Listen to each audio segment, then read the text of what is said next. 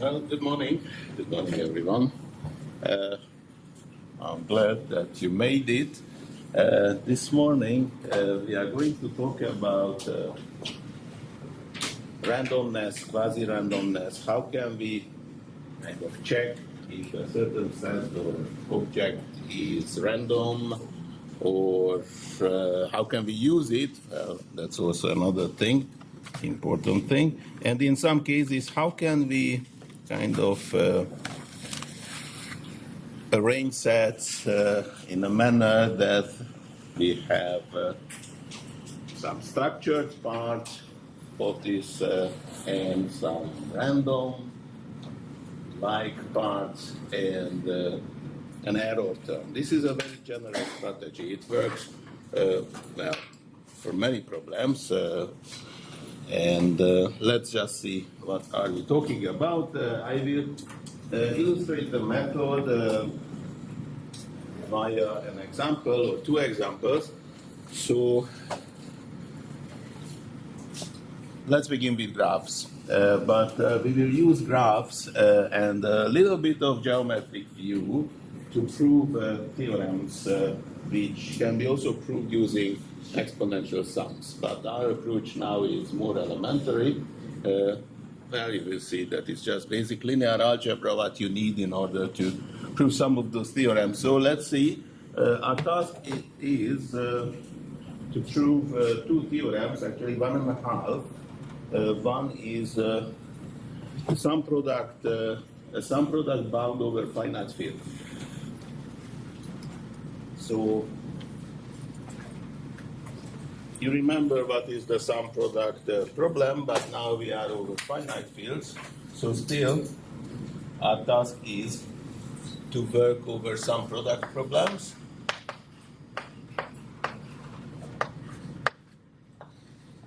But now we are in FP, which makes a huge difference. First of all, the statement that either the sum or the product are large is not true, because just take the whole field and the sum is the whole field and the product. Sum set is the field and the product set is the field. So you need something, you need that your set, so we are still working on bounding A plus A times A, but now A is FP, and you will, whenever you get a formula, then, a non-trivial formula, then usually A is smaller than P, otherwise there is not much to say. Now, still the story has two different ranges, actually several different ranges. Yeah, maybe I should mention that. So we go from P up to root P. That's the range where one can use a spectral method or some straightforward exponential bounds range. Then well, something happens here, but then you go to the whole range. At the very end, there is, so if your set is very, very small, and by very, very small, I mean that smaller than something like log n, then you can use a kind of, well, in this field, common trick that if your statement, or you have a statement which holds for infinitely many p's, then you know that this statement should hold over complex numbers, over characteristic 0 as well. So actually here you can get whatever you get for complex numbers. So about there, but this is just the tail. And here in this range, which for applications, well, I didn't say yet, but if you ever heard about the sum product phenomenon, then probably you know that it has very important applications well, I won't go into the details for the applications, but trust me, over finite fields, if you can prove that certain functions are expanders, this is some kind of expanderness that's an important feature and has many applications. Orit talked about over finite fields, what are the functions which are expanders. That means that no matter how you substitute, say, with two variables, there might be more variables, but for two variables, you have FAB, fxy, but if you substitute the values of a Cartesian product, then the question is that the range is much larger or not. And for expanders, you expect that no matter what values you add, it will explode. The range is much larger. So this range, there were a few bounds, but let me just say Garayev had a very good bound, which we are going to reprove now. Well, here there are several various improvements, including myself with Andrew Granville, but it doesn't really change the picture. And here, in this range, the first result was due to Jean Bourgain, Ed Scott, and Terry Tao, where they proved that if you are away, so if your set is not very small, then you have a non-trivial bound, and it's smaller than, say, root p, but it's not a necessary condition, but then it's less interesting what they did. Then this is larger equal than a to the 1 plus some delta. And then Sergei Konyagin observed that you can include to a good bound the tail, so there is no need. In the original paper, Bourgain, Katz, and Tao had the condition that it's larger than p to the something, p to the epsilon. But that was really. So then this part had many improvements, and this is somewhat the most interesting part, even if we are not going to talk about it too much. If you want to know the details or more, then I think Sophie will tell you a lot. What is the best exponent now? You should definitely help me. Sorry? 6/5. So in this range now, the breakthrough here came from Misha Rudnev, who find incidence bound, geometry. Geometry is our tool. So he find a good incidence bound in FP cubed, so in 3 space between points and planes. And then there are some nice translations of that into some product bounds. So 6/5, yes? Something like that. Right. So it's not bad. Those are numbers, not only epsilons, but the road from here, from epsilon to here, that was pretty exciting and very interesting. First time, the first bounds came from classical additive combinatorics, and it's very nice that, again, the record comes from nice incidence geometry, so that's good. So, as I promised, we see this range, and of course here still there are many things to discover, although the bound, what we are going to see in a minute, is sharp, so there is another range. If you are above p to the 2/3, then sharp. A construction of Ruja says that, okay, we have this lower bound on the sum product, but you can't do any better. There are actually sets satisfying this. It's very, well, it's a rare occasion that we have a sharp bound, problems like that. Now let's write what is the bound somewhere. I have a theorem, but we can also do that. I talk about the proof, and eventually I have to arrive to a statement. And that's the theorem, but maybe it's nicer to state what do we have here. So this is due to Garayev. And maybe the constant is slightly different. So anyways, let's see now the product. Sometimes it's just easier to write it the product form. It makes no huge difference. And so this is so here I use this notation that there might be a constant, but we don't really care about that.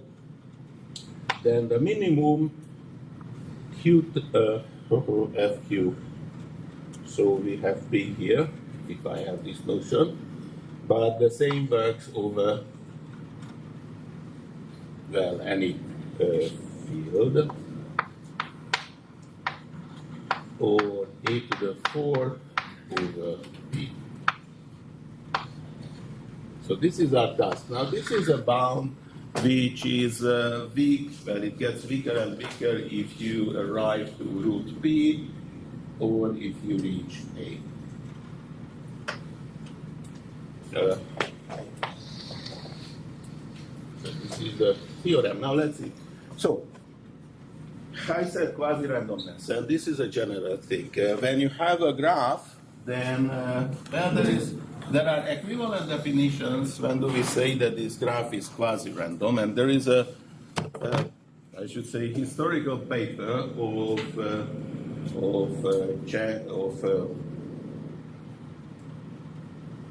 Chang and Graham and Wilson on quasi-randomness. There are equivalent definitions. Practically, when we talk about quasi-randomness, then we see the distance from what you would expect from a random. So, for example, in a graph, you can count C4, the number of L of 4 cycles.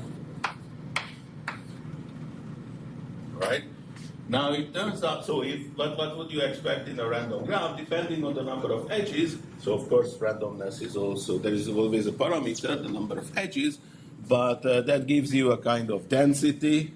And with that density, what would you expect in a random graph? That's just the expectation.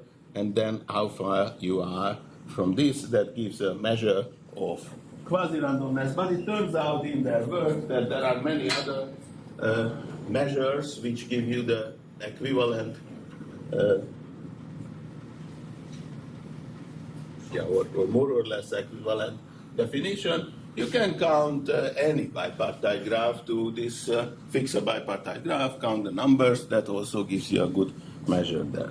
For numbers, when you talk about quasi-randomness, then again there are many ways to see that, whether it's random, quasi-random, what is the distribution. Let me just here repeat the kind of general tool, what is in many problems in additive combinatorics, the key. You have, say, a function, that's just easier to talk about functions, but the structure or anything, then you want to decompose it to a very regular structure. Then a random part, and an arrow term.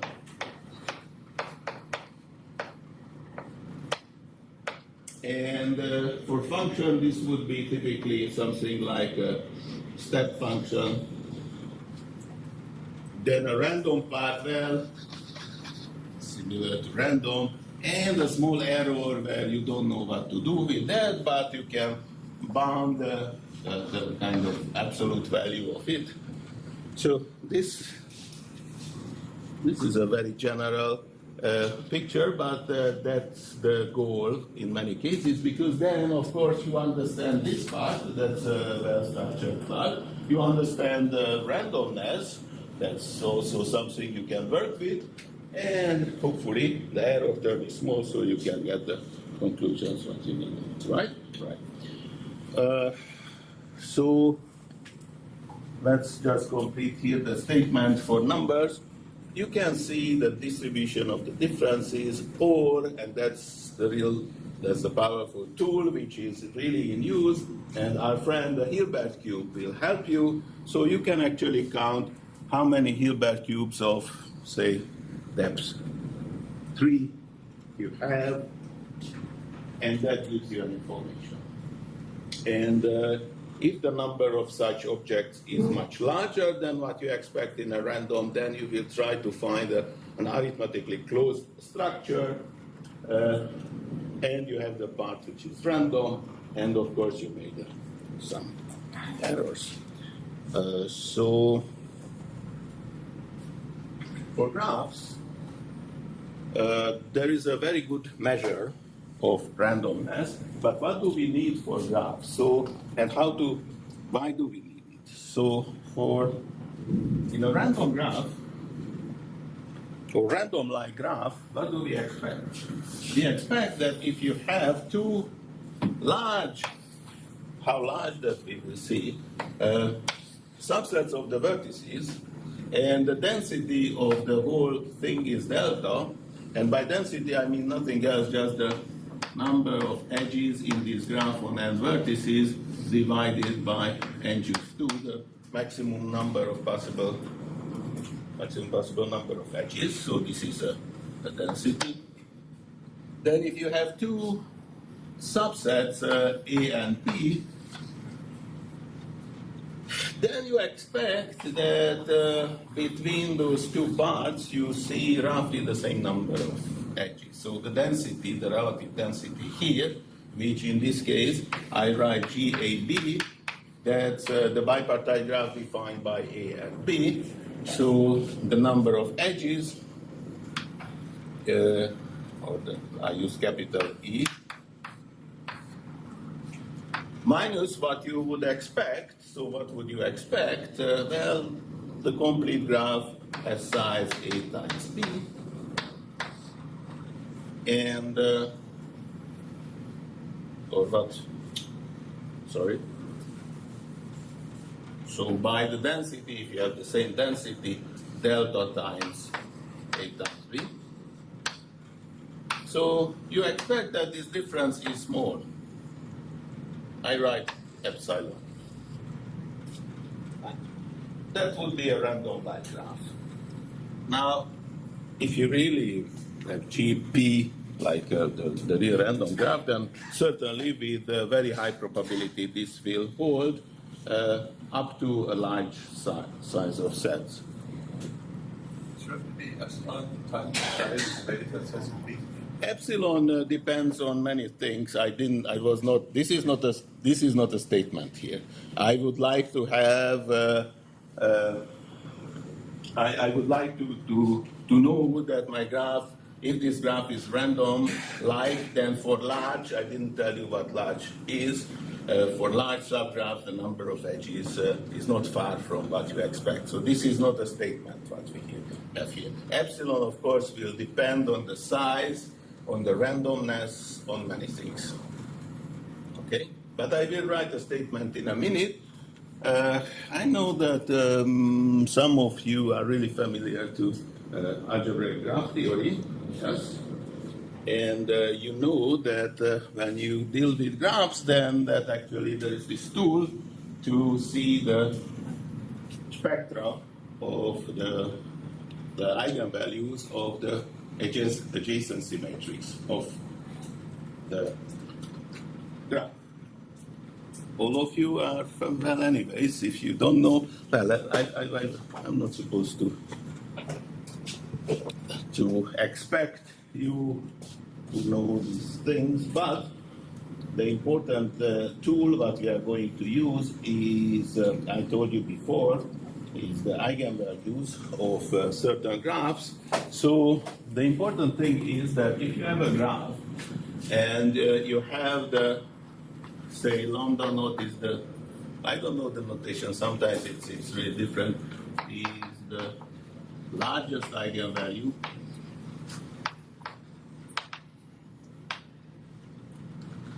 And lambda is the second largest. And by second largest, So let's just stop for a second. When you have a graph Gn, then you can write an adjacency matrix, say M of Gn, which will be just you list the vertices V1 up to Vn, and here also V1 up to Vn. And let us suppose that we work with a simple graph, no directions, no multiple edges, no loops. It's just a graph as it is. And then you have one in position ij if Vij, if Vi is connected, vertex I is connected to Vj, and 0 if it's not connected. And this is, of course, symmetric by the condition I said. It's not directed. So it's a nice symmetric matrix, so the eigenvalues will be real. You can order them. There is the largest eigenvalue, and when I say second largest, I meant absolute value. So you have the ordering, say, lambda naught, which is larger or equal than lambda 1, larger or equal than lambda and minus 1. And so lambda might be lambda 1 or absolute value lambda minus 1. You know some basic, so from the eigenvalues, from the set of eigenvalues from the spectra of the graph, you can derive various properties of the graph. So, for example, what happens if you have a bipartite graph? How can you see from the spectra if your graph is bipartite or not? Sorry? Symmetric. Symmetric. So definitely the largest and the smallest eigenvalues are the same. So this one is the same. Are we assuming the graph is regular? Sorry? Assuming the graph is regular or no? No, I didn't say regular. No. We will work with regular graphs, but it's another thing. So there are very nice properties. I won't go into the details. It belongs to this really beautiful subject of algebraic graph theory. I'm more interested about the gap here. The largest, so the gap between the largest and second largest in this sense, largest eigenvalue of this adjacency matrix gives information about the randomness of the graph. So you ask the regular graph, we will work with regular graphs, and that will make our life much easier. If you have a regular graph, all the degrees are d, then what is the largest eigenvalue? The largest eigenvalue will be d, and that's just linear algebra. Think about the matrix. The fact that the degree is d, that f means that every row has d ones. Yes, because there are d which are connected to vi for any vertex. So if you take the whole one vector, that will be a nice eigenvector which belongs to d. Now I will use a little more linear algebra than that. The second largest, well, is just one node for the bipartite case. In your bipartite case, you might want to still work with the randomness, of course. You want to understand, and then the statement is that the gap between the largest and second largest gives you information. No, it doesn't, because they are the same. But that's just for bipartite. So for bipartite, you search for the next one, and that will give you an information about in between. Right. I will, time is flying, so I will write an inequality here using the eigenvalue, the largest and the second largest eigenvalue. And if time permits, then I will prove it. Because for regular graphs, this inequality, which actually is true for any graph, the so-called, well, it's a Chigger type inequality, is just, well, very basic linear algebra, and it's fun to see. So there is nothing mystic here, mystical. So this whole inequality actually comes, and for general graphs, it's almost as hard to prove as it was in heat progression. So actually, it comes from applications from partial differential equations, but that just sounds scary. Let me write a spectral bound. So we are going to use the following spectral bound. I can erase the history, and I truly hope that we will have time to, but I'm losing hope now, to prove it, because, well, you just write the matrix, you represent every, so you want to prove something like this. We will prove that depending on the gap between the largest and second largest eigenvalue, if you choose large enough parts here, the number of edges is about what you expect. And we will apply it to a special graph, which we will define based on the sum product problem, and we will see that we get the desired bound, which is sharp in some range. Any questions so far? No? Well, for most of you, I think this was just a simple recap what we knew about graphs. But even, yeah, let me write. So this is the spectral term, the spectral bound we are going to use. And so with that notation, lambda is the second largest eigenvalue, the inequality. So this is the, so you have, let's use that S and T are from the vertex set of our graph, or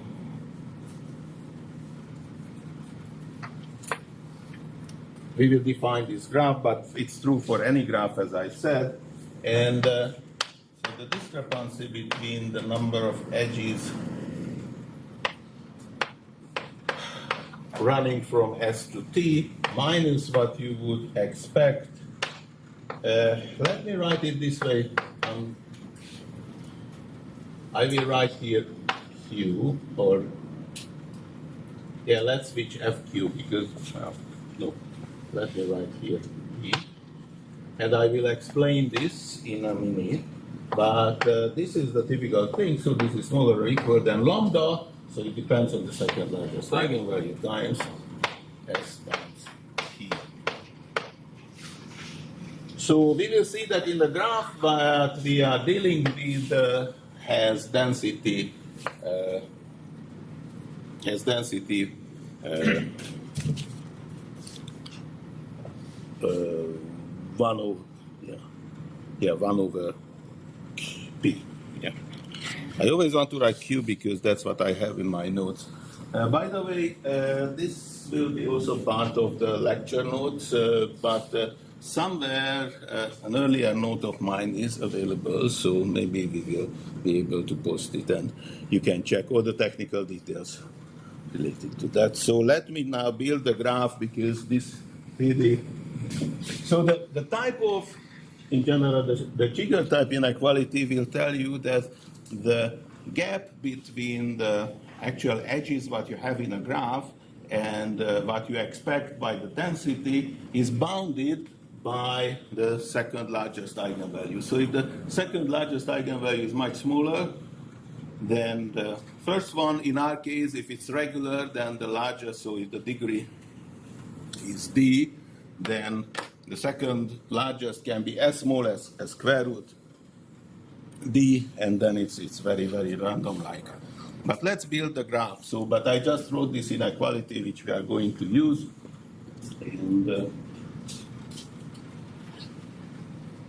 And just one word about proofs of such inequalities. I can't resist to say, because it's just so easy and simple and linear algebra. So you have this graph, this matrix, the adjacency matrix of your graph, right? And you want to see, first of all, you want to count the number of edges between S and T. How can you use, what is the algebraic procedure which will count those edges? What can you do? So you can do that. Here you have vertices, yes, in sequence up to Pn. For every set, you can define the indicator vector. So if your set consists, if it contains V1, then you put 1 here. It doesn't contain V2, then it's 0. So on and so on. It doesn't contain Vn, but it contains Vn minus 1. So this is a 0, 1 vector. And so this is actually we did see such applications before. So the indicator function is very similar, if you remember that, but don't worry. So this will represent S, and another vector, 0, 1 vector, represents T. Now I have two vectors.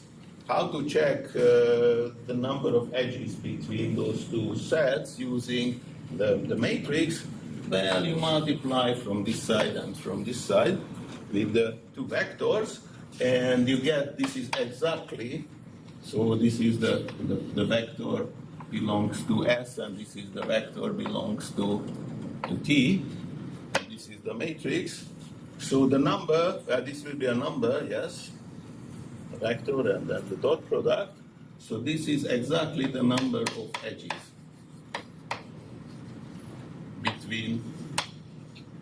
between S and T, right?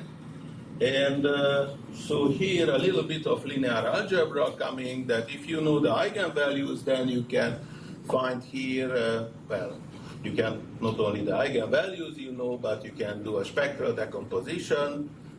You can write this vector in the coordinate system of the eigenvectors in an orthonormal system, right?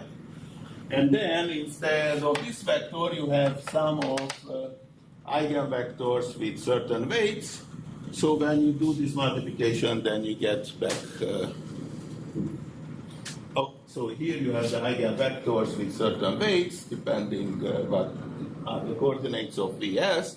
So when you do this multiplication, then you have a sum with the eigenvalues, right? And you can recover an inequality like this. So that's what we skip, but I wanted to say that if you follow these strategies, it's so simple. Unfortunately, it's only so simple for D-regular graphs. If your matrix is not of that form, then it's harder to prove. But for D-regular, it's just very simple linear algebra to get inequalities of this type. Right. We are ready to define a graph. So in order to use such tricks in graph theory, or some other tricks which we will see later on, it's not a bad idea to define somehow a structure which captures the properties, in our case, of the sum product problem.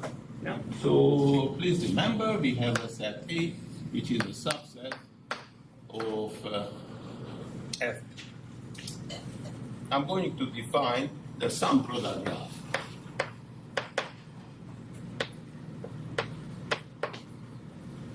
Actually, now I remember. So my proof, I'm really bad on writing up things, but this is in a book. Yukna has a very nice book on extremal combinatorics. That's the title, and that's available online. And there is a part where he explains my proof in detail. So even if I can't, yeah. Okay.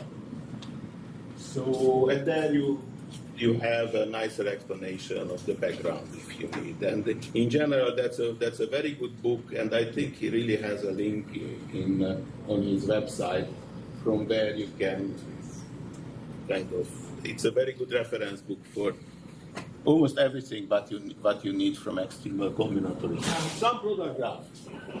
So every vertex now has two coordinates, or two entries, and let me try to use the notion because otherwise I will confuse myself. Some product graph. So I have two vertices. If I have U and B, and V, it's another vertex, as I said, has two coordinates, and there is an edge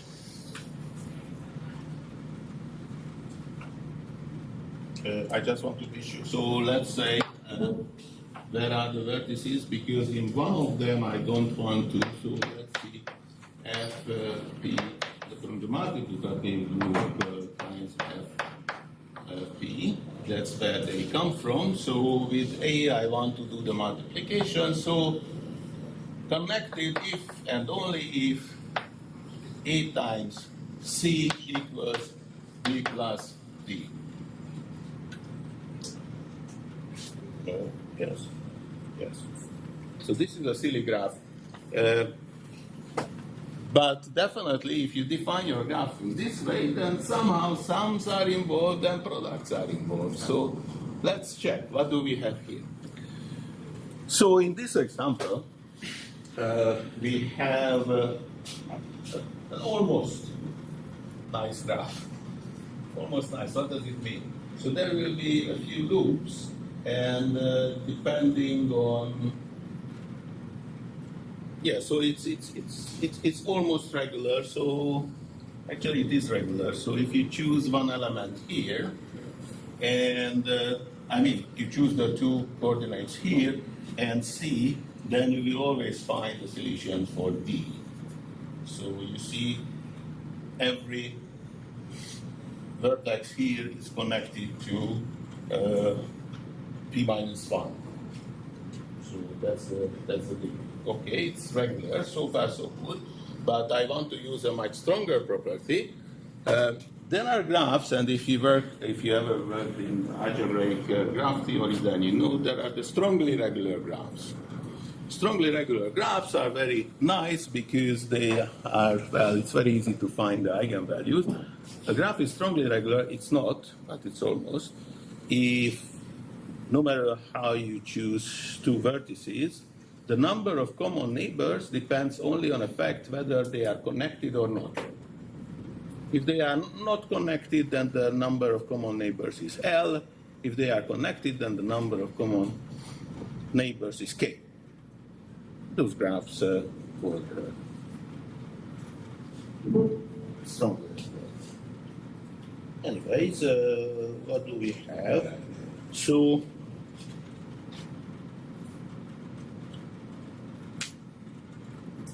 it's symmetric, and we have B times B minus 1 eigenvalues. And we agreed that the largest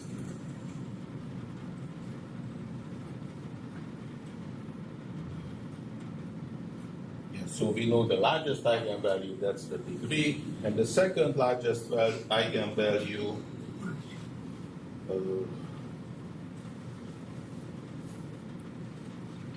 is the one which we have to bound. So we need the second largest eigenvalue to have this inequality. As we will see, the second largest eigenvalue will be in the magnitude of the square root of the degree.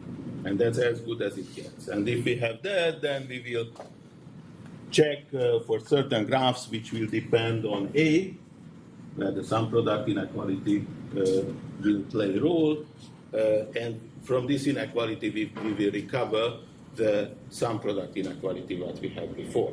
So our task now that here is the graph, we define Usually, if you define a graph over FP, then it's nice, it's full with symmetry. If a graph has many automorphisms, then the eigenvalues can be recovered relatively easy. Right, so like in the second example, which I probably won't have time to show, but let's see this one. So, it's almost, as I said, almost strongly regular. Let's see in what sense.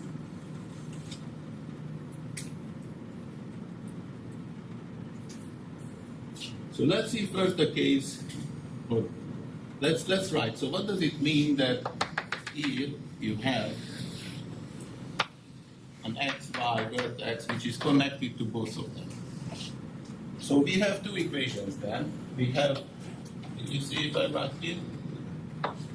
So we have Ax equals b plus y, just by the definition. And Cx equals b plus y.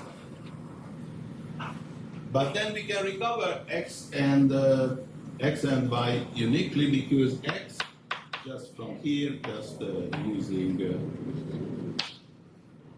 simple arithmetics, we have divided by, but let's write the inverse, a minus c.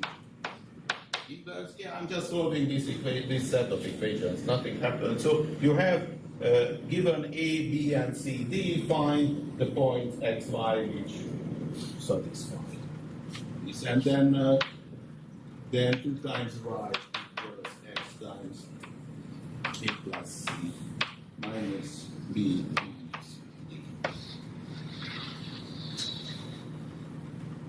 So in most of the cases, you have a unique solution. The trouble is, you can see if A equals C or B equals D.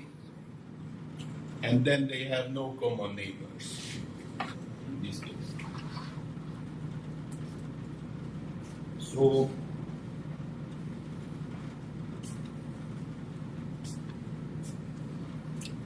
what can we say from here? So just from those observations, that in most of the cases we know exactly that those two vertices have one common neighbor, but there are some exceptions. So let's write it. If we have M, the matrix, then what do we know about M squared? So here is a trick. I should stop here for a second. Instead of trying to deal with the eigenvalue of the matrix itself, which sometimes challenging, in this case, I don't know how would you start it, how would you begin, but you see that it has this nice algebraic property that for most of the pairs you have only one neighbor, and when not, that also can be described in an algebraic manner. So what would be M squared if you knew that every pair has exactly one neighbor? So please note that it's just from this, the way we define it's just from the adjacency matrix. If you take A squared, or M squared, that will count the number of common neighbors. Or in other words, the path of length 1, 2 to the other. So the matrix itself counted the number of edges between two vertices, right? You take the square, that will count the number of, length 2 walks from one vertex to another. For one vertex, the number of walks is just to go out and back, and in general, the kth power of a matrix will count the k-length walks from one to another. You can check, it goes nicely by induction. So instead of dealing with M, I will deal with M squared, and that gives me an edge. So M squared is the whole one matrix. So that would be, at this point I'm just saying that there is one from any vertex to another, so the number of common neighbors is exactly 1, then what happens, p minus 2 times the identity matrix. So for every vertex you go out and back. And minus e, now this is the error term. So this is just an error. Where you have to fix what's happening here. Right. So this is the adjacency matrix. So what is this E? Is GE. So any two matrices, VI, AB, and VJ, CD,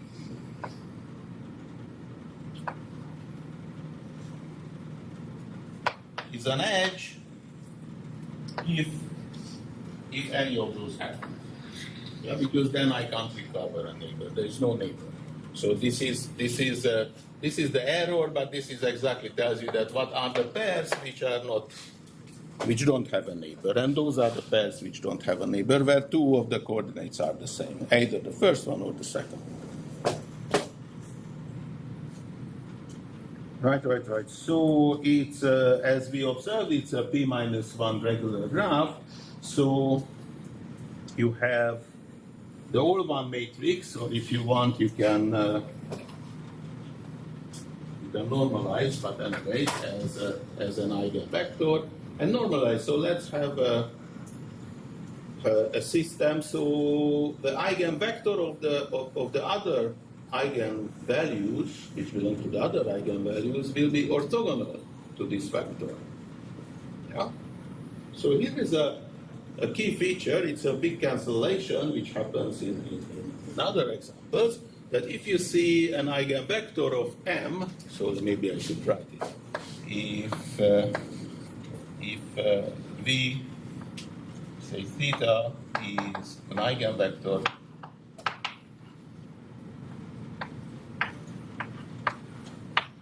of M, then of course it's an eigenvector of M squared, right? And then theta squared is an eigenvalue of M squared. But let's see what happens if we multiply. So if you see, I will use this equation, I will continue this equation. What happens if we multiply this, both sides? I multiply it with this vector, this eigenvector. So cancellation, I said, yes, this is, here you have the all one vectors, and this eigenvector is orthogonal, so the dot product will be 0. So this one will vanish here, right? This is the identity matrix with a weight, so that we know what will happen, and there is this error term, which is, well, it looks kind of nice, but still we have to deal with it. So if you really multiply, then the result will be theta squared minus q plus 2 times v theta equals e times v theta. Right, so you see v theta is an eigenvector of e as well, the error. So why is it good? Well, it's just after rearranging. So an important cancellation happened here, but we have this. So it's good because we can bound the eigenvalues, all the eigenvalues of E. E is still regular, yes. So this is a regular matrix with the largest degree, and that will tell you that that this side is smaller, as so it's an, again, V naught is an eigenvector, the eigenvalue is smaller than its largest degree, so we have the inequality. We have the inequality. Let me continue from here.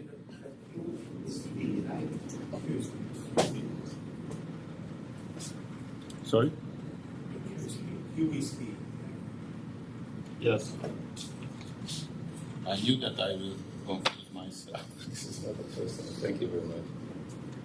Right, so what do we have? We have the inequality that for any eigenvalue actually, other than the largest, we have p plus 2 is smaller or equal than p times p. The maximum degree here. Well, you can check that that's the maximum degree. And from here you see that theta is smaller than, yeah, let's see, root 3 times p. So we are done with the, so this is a very special graph. We built this graph based on some product, and some product is included here by the definition. Now we understand that this graph is kind of random-like. That's the best you can hope for, square root of the degree for the second largest eigenvalue. It's time to write the final inequality. So now we know that here we have this inequality, and we know that here our number is square root 3p, and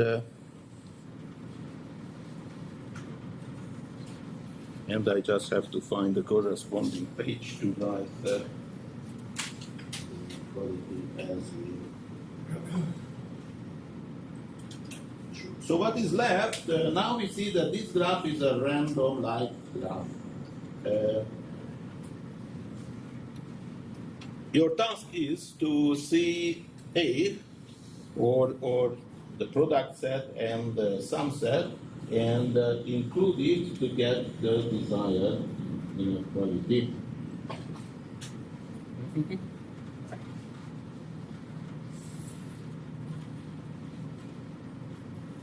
So I can maybe erase this one, and also this one. So now we know what is the bound on the eigenvalue.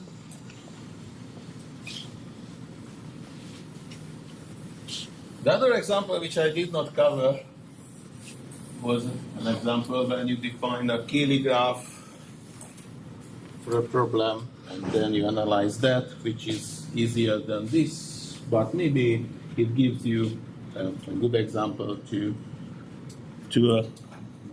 a less typical application. For the other one, there are many examples. So we set, so there are two sets S and T which I have to decide, and S will be, so you remember there are two coordinates. The first coordinates are come from the product set, and then the second will be negative A. So we have A and the additive inverse of every element. This will be S, and then T will be, of course, I want to define the two sets on a way that if both the product set and the sum set are small, then there will be too many edges between two large parts. So that's why I'm writing like this, and then T is, so here this is the additive inverse, here is the multiplicative inverse times A plus A. Right? So what do we want? We want that if you perform that product and sum, then you will have many solutions. So that's why here I have the cancellation from here, and that's the cancellation from there. So what is the number of edges here? So if there is an edge between two vertices here, which have the form AB and minus C, so this is from S, and B inverse and A plus C. You see, between such pairs of vertices, you have an edge. Yes, because you just do the sum and the product, and you see that those two are equal. There is an edge. And the only question is that how many edges are there, So with this, you can see, as we had before, that you can freely choose 3 entries. So the number of edges, let's write that here, number of edges between S and P is at least a cube. Right? You can check how many ways can you write such pairs. That's the number of edges, and that's a cubed. And now it's time to write this inequality. That, on the other hand, we have that it can't be much more. So this is the number of a cubed. The number of edges is at least that much. It's the number of edges between S and T, which is that. But this is smaller or equal. Let's just rearrange it up there. Then S times T over P plus, and here is the error term. I move the error term to the other side. 3 times P S T, which is, let's just do the substitution as we define them.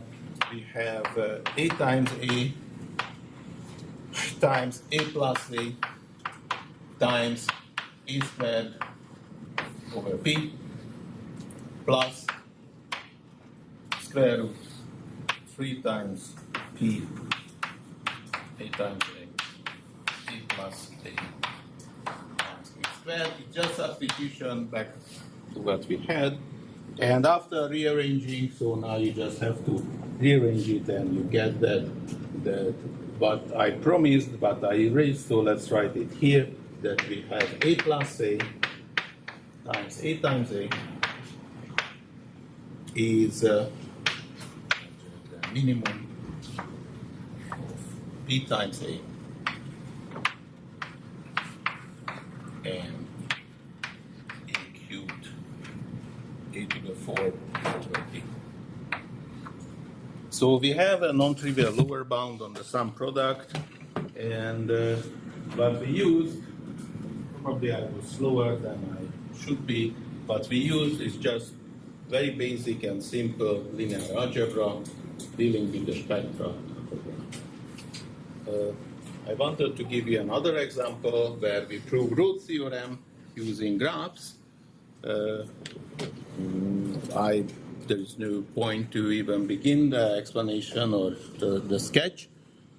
That goes in a different way. So that's closer to what we will see soon, that you have a subset of FP, and you want to see the properties of FP, and what you do, you build a graph. You build a graph where, say, the difference of two elements, the two elements are connected if the difference of the two elements are in this set. So you have S is a subset. And this subset will build a graph in this way, so that's much easier, simpler than what we had here. And then you analyze this graph, and you check the spectrum. And if you have something like this, that the second largest eigenvalue is much smaller than the largest eigenvalue, well, this will be a very nice graph with a nice automorphism group. And the matrix will be not cyclic matrix. What is the name of that matrix? Is circulant matrix. So thank you. Circulant matrix, and finding the eigenvalues of a circulant matrix is piece of cake, because just find the right the roots of unity, and there you arrive to exponential sums. So that's where we will continue. Right?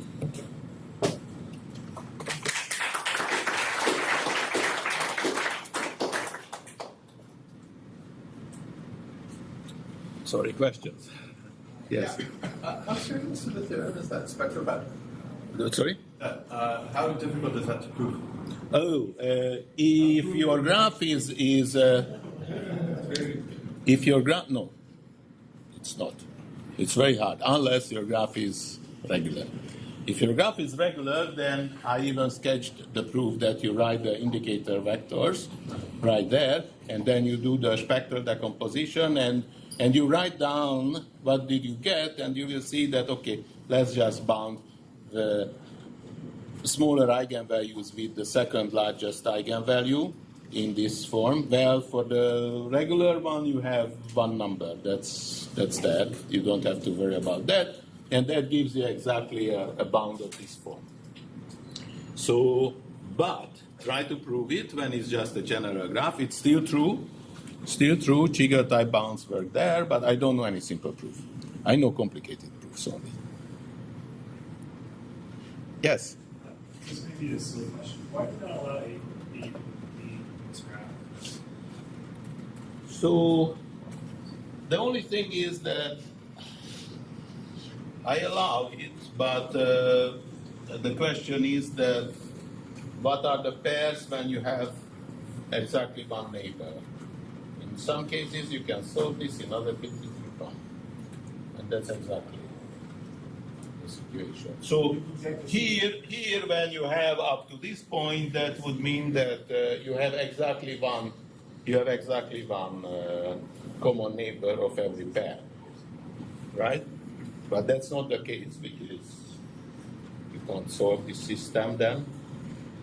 So you have to introduce this thing. Luckily and often in such settings, arithmetic settings, the error itself is a nice regular thing because of the symmetry in FP and the invariance of FP. And then you can bound here, that's this part. You can bound it by the largest degree. Actually, even if it's not regular, this one, even if it's not regular, bounding the largest eigenvalue is easy. Do you know any inequality? Yes? It's symmetric, so it's parallel. Maximum sum of the rows or columns. Yes. So it's very easy to bound. Right? Actually, for any matrix, it's easy. But we don't do linear algebra now, we do something more serious. Right? I can prove this incorrect. Yes, me too. Bad, right? Good. So let's have coffee on the